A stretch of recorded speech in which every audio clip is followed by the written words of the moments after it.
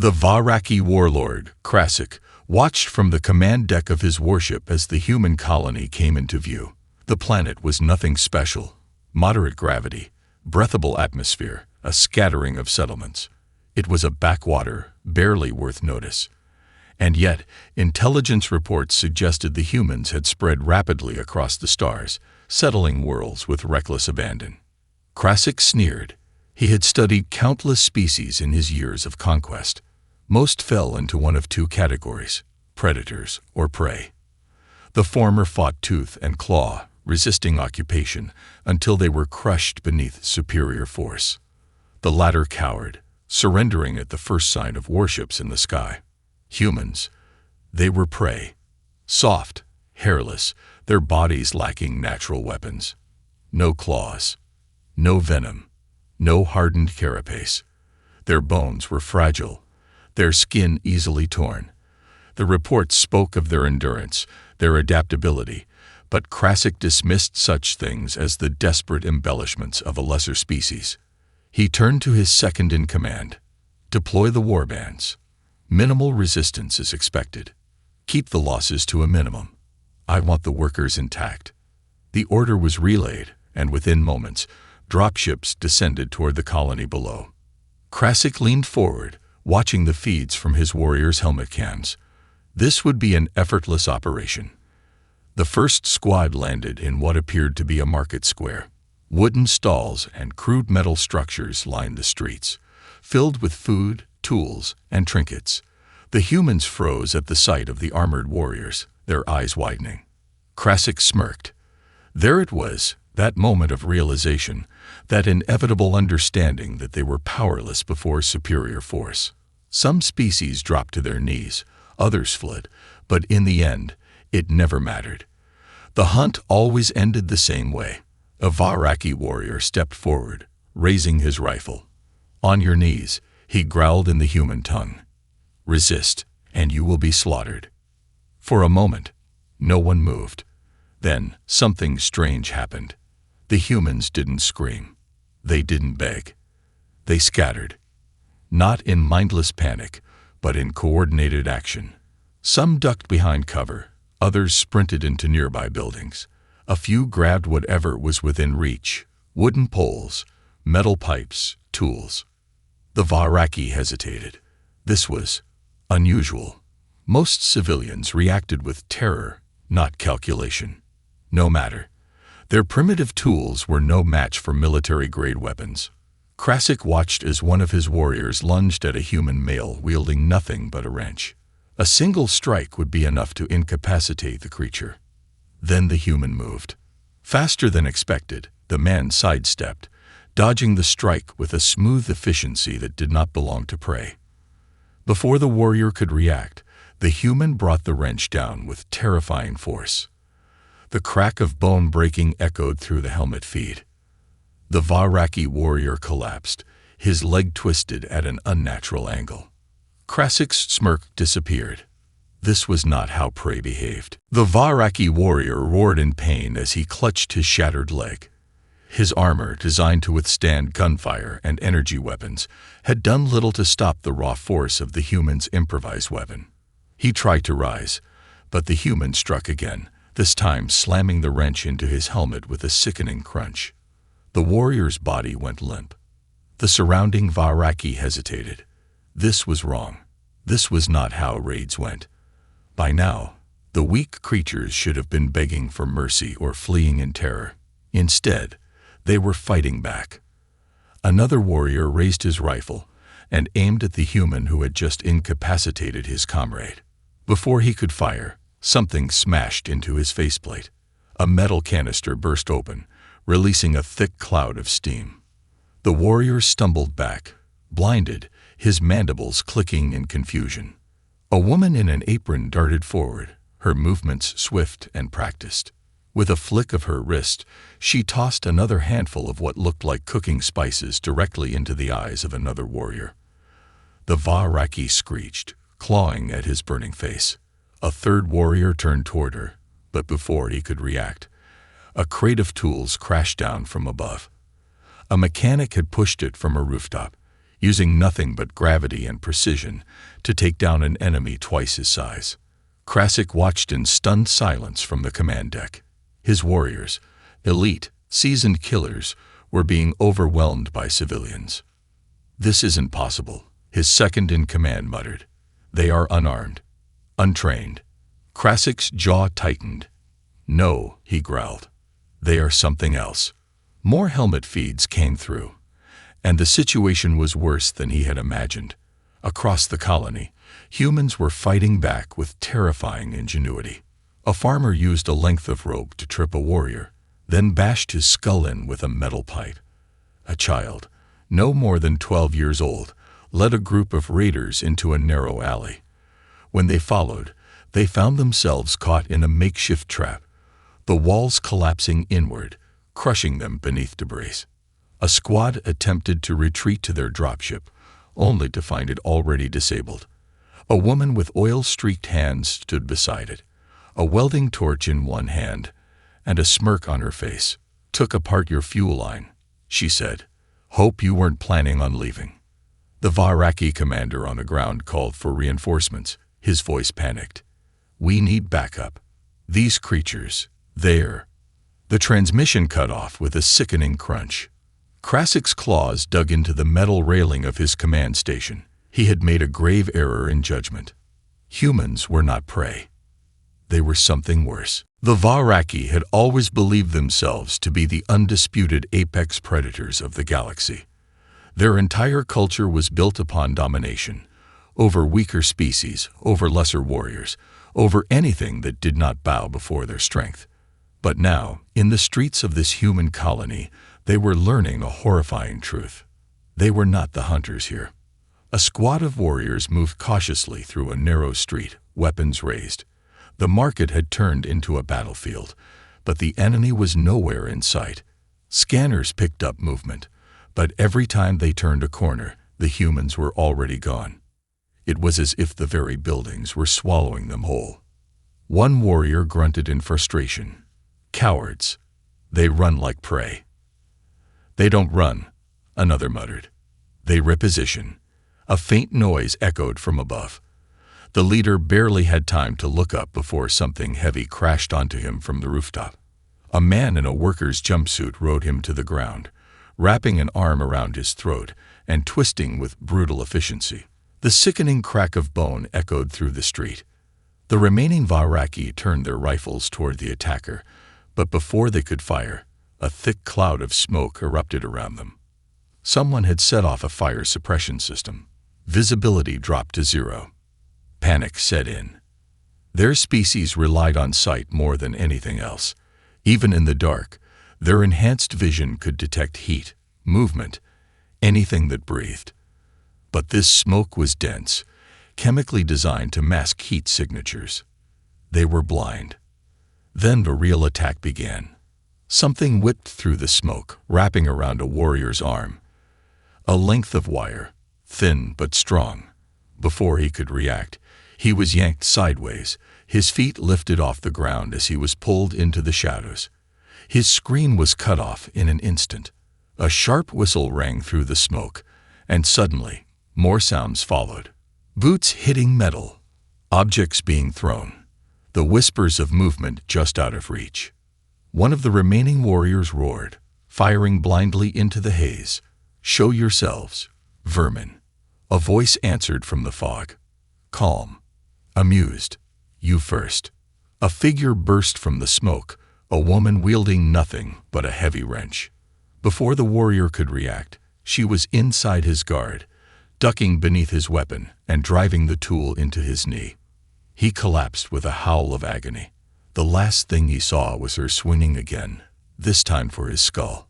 The remaining warriors tried to regroup, but it was too late. The ambush had been perfectly timed. A teenager lunged from behind a stall, a length of rebar in his hands. He swung like he had been training for war his entire life, caving in a Varaki's side with a single strike. A mother, her apron still dusted with flour, wrapped a length of rope around another warrior's throat and pulled with terrifying strength. One by one, the invaders fell. From orbit, Krasik watched as helmet feeds went dark. His elite troops, seasoned warriors, trained from birth, were being wiped out by civilians. This was not war. This was a slaughter. Krasik clenched his jaw as more helmet feeds cut to static. His warriors were vanishing one by one, and it was not because they were being outgunned. No, it was something far worse. The humans had no military weapons, no proper armor, and no tactical formations, yet they were fighting with a level of ferocity and ingenuity that defied all logic. On the surface, the remaining Vairaki squads had abandoned all thoughts of conquest. They weren't here to capture slaves anymore. They weren't here to claim territory. They were trying to survive. A wounded warrior stumbled through the ruins of what had once been a supply depot. His leg was bent at an unnatural angle, and thick, dark blood oozed from gashes across his armor. He could hear something moving behind him, but every time he turned, there was nothing there. He activated his communicator. "Command, this is Squad 3. We need extraction." They don't stop. They just keep. The ground gave way beneath him. Someone had dug a pit and lined it with sharpened metal rods. He barely had time to scream before the weight of his armor pulled him down, impaling him. He gasped for breath, trying to climb out, but then a shadow loomed over the edge of the pit. A woman in torn civilian clothes stared down at him, her face emotionless. She reached into a pouch, pulled out a handful of dirt, and let it fall into the pit. Then she walked away. The Vairaki warrior was left to die alone. Across the colony, similar scenes played out. A group of civilians, battered and bloodied, dragged a captured warrior into a workshop. He snarled at them, trying to lash out, but they forced him into a chair and tied him down with thick industrial cables. An older man, his white hair stained with soot, crouched in front of him. His eyes were cold, too calm. "We've been fighting for hours now," the man said. "You don't seem to understand something." He picked up a wrench and spun it lazily in his hand. The warrior bared his fangs. "You will regret this," he growled. "Our kind is." The wrench came down, smashing into his knee. The warrior howled in agony. The man sighed. "See, that's the problem. You think this is about your kind versus ours. But this is just us making sure you never come back." He struck again. Krasik watched from the command deck, his claws digging into the armrests of his chair. His warriors, genetically superior, physically stronger, were being torn apart. But what disturbed him the most wasn't how quickly they were dying. It was how slowly. The humans weren't just killing his soldiers. They were breaking them. This was not an act of desperation. This was punishment. Krasik's mandibles clicked in frustration as he watched the battlefield deteriorate further. His warriors, once feared across the stars, were being outmaneuvered, outlasted, and outwitted by nothing more than civilians. He slammed a fist against his command chair, causing the bridge crew to flinch. "This is impossible," his second-in-command muttered, watching another squad's helmet feed go dark. "They have no military. No training. No weapons." Krasik narrowed his eyes. Weapons aren't what make them dangerous. He turned his attention back to the ground forces. There were still warriors left, but they were no longer in control. The humans were. And now, they were closing in. Near the colony's outskirts, a squad of Vairaki survivors retreated toward the landing zone, their armor dented and scorched. They had lost contact with most of their forces, and the battlefield had become a nightmare of ambushes and improvised death traps. But now, they could see their dropships ahead. If they could reach them, they could escape this nightmare and regroup. The leader of the squad opened a channel. "This is Strike Team 7. We're at the extraction point. Bring us aboard." Silence. Then, a faint hiss came over the comms. A voice answered, but it was not Vairaki. "Oh, you're here already." The warriors froze. That voice belonged to a human. Then they noticed something was wrong. The dropships, 6 massive vessels, stood motionless on the landing pad. Too motionless. No lights flickered. No engines hummed. Something had happened to them. One of the warriors sprinted forward, gripping his rifle. He climbed the loading ramp of the nearest ship and stepped inside. He barely had time to process what he was seeing. The interior had been gutted. Control panels ripped open. Wires severed. Fuel lines slashed. He turned, his mandibles clicking in alarm. The ships. A gunshot rang out. The warrior collapsed. A hole punched clean through his skull. The remaining Vahraki turned in horror, searching for the attacker, but there was no soldier in sight.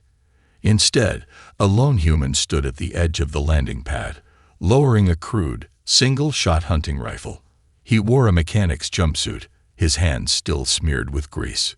He grinned, going somewhere. The warriors barely had time to react before the trap was sprung. Lights flickered on around the landing zone, makeshift floodlights set up by human engineers. Shadows moved along the rooftops, figures stepping into view, wielding scavenged weapons and tools repurposed for combat. The Vahraki realized too late. They had been herded here. This wasn't a retreat. This was an execution. Krasik watched in horror as the last remnants of his forces were surrounded. He turned to his crew. Deploy reinforcements. Now. A bridge officer hesitated. Commander, our dropships are disabled. Krasik's blood ran cold. The humans had planned for everything. He had underestimated them. And now his warriors would pay the price. The Vahraki warriors at the landing zone had no options left. Their ships were useless, their escape route cut off. They were surrounded by humans, unarmed civilians who had turned this colony into a death trap. A warrior snarled and raised his rifle. If they were going to die, they would at least take some of these creatures with them. He barely had time to pull the trigger before a metal pipe crashed into the side of his head. The weapon fired wildly into the air as he crumpled to the ground, his skull fractured. The humans didn't fight like soldiers. Soldiers followed formations. Soldiers hesitated when their enemies were wounded. The humans did not. They moved like predators, striking with overwhelming force and zero hesitation. A factory worker tackled a warrior to the ground and jammed a screwdriver through the soft joint of his armor. A shopkeeper bashed another's head in with a fire extinguisher, swinging again and again long after the body had stopped moving. Another warrior managed to fire his weapon, striking the human in the chest. The man stumbled but did not stop moving. Blood poured from the wound, yet he grabbed the warrior's arm, wrenched the rifle away, and used it as a club to smash his attacker's face into the pavement. Krasik watched, horrified. His warriors were supposed to be the galaxy's apex predators. But these humans, they fought with an instinct that was beyond training, beyond discipline. They were not fighting for survival. They were fighting to eradicate. A Vahraki officer tried to break from the battle, sprinting for the tree line at the edge of the colony. If he could make it to cover, perhaps he could regroup. A thin wire snapped across his path at ankle height. His foot caught, and he crashed to the ground. Before he could rise, a heavy boot pressed down on his chest. A woman, her face streaked with dirt and sweat, loomed over him. She was unarmed, yet her eyes burned with something more terrifying than any weapon. Pure, unwavering intent. He tried to raise a clawed hand to strike, but she stomped down harder, forcing the air from his lungs. "You came here thinking we were prey," she said quietly. The officer gasped, mandibles clicking in panic. The woman tilted her head. "You were wrong." Then she picked up a rock and brought it down. Again. And again. On the bridge of the Vahraki warship, Krasik's claws dug deep into the metal of his chair. He had led countless raids, crushed dozens of worlds. He had never feared an enemy. Until now. "Commander," one of his officers whispered. "They're killing everyone." Krasik did not respond. He had finally realized the horrifying truth. Humans did not fight like other species. They did not surrender. And they never let an enemy walk away. The Vahraki warriors at the landing zone were no longer fighting for victory. They weren't even fighting for survival. They were fighting to die quickly. Surrounded on all sides, they had no hope of escape. The humans moved like a relentless tide, striking from the shadows, from rooftops, from behind cover. Every time a warrior turned, another human was already lunging, wielding whatever makeshift weapon they had at hand. Krasik's remaining forces fought with everything they had, but it didn't matter. The humans weren't just enduring the battle. They were enjoying it. A warrior tried to activate his wrist comm, calling for air support. A young woman, her arm already bloodied, tore the device from his wrist and smashed it under her boot. He snarled, raising a blade to strike, but she was faster. A kitchen knife, dull from years of use, drove deep into his throat. She twisted. He gurgled once and collapsed. Across the battlefield, the last few Varaki huddled together, forming a desperate final line of defense. Their backs to a ruined building, they aimed their weapons at the advancing humans. "Hold the line," their leader barked. His hands were shaking. He had never been afraid before. The humans stepped forward. No hesitation, no fear, just grim, determined purpose. Then, from the crowd, a man stepped forward. His clothes were torn, his face bruised, but his expression was calm. In his hand, he held something small, a simple hammer, the kind used for building homes. He lifted it slightly, tilting his head. "You know," he said, his voice eerily casual, "we don't normally like violence." The Varaki flinched as more humans closed in. "But when someone comes to our home," the man continued, stepping forward again, "kills our people, threatens our families." He smiled, but there was no warmth in it. "We make damn sure they never do it again." The Varaki panicked. One fired his rifle. The shot struck the man in the shoulder, sending him staggering. But he didn't fall. Instead, he charged. And the humans followed. Krasik's mandibles twitched in horror as he watched his warriors break. These were elite soldiers, trained from birth, hardened by countless battles. Yet here they were, screaming in terror as civilians tore them apart. It was over. He had to cut his losses. "Recall the remaining forces," he barked. "We're leaving this system." His second-in-command hesitated. "Commander, the survivors." "There are no survivors," Krasik snarled. The bridge was silent. Krasik turned back to the view screen, staring at the carnage below. He had come here expecting an easy conquest. Instead, he had learned the deadliest truth of all. Humans never stop fighting. And once they see you as an enemy, they never forgive. The last screams of the Varaki warriors faded into the night. The battle was over. The slaughter was not. The surviving humans moved through the battlefield like ghosts, checking the bodies, ensuring no invader remained breathing. Those who still clung to life were met with cold, efficient execution.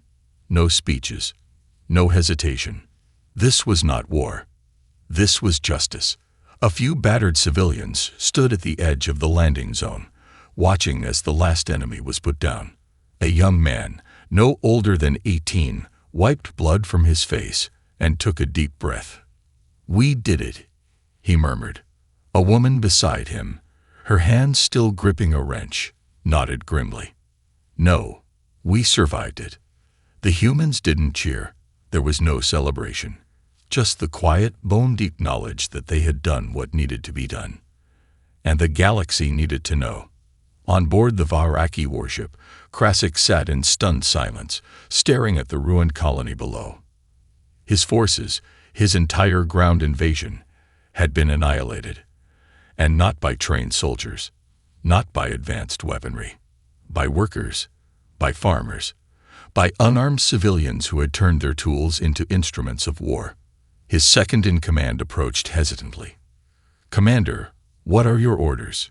Krasik exhaled slowly. There was no revenge to be had, no counterattack that would end any differently.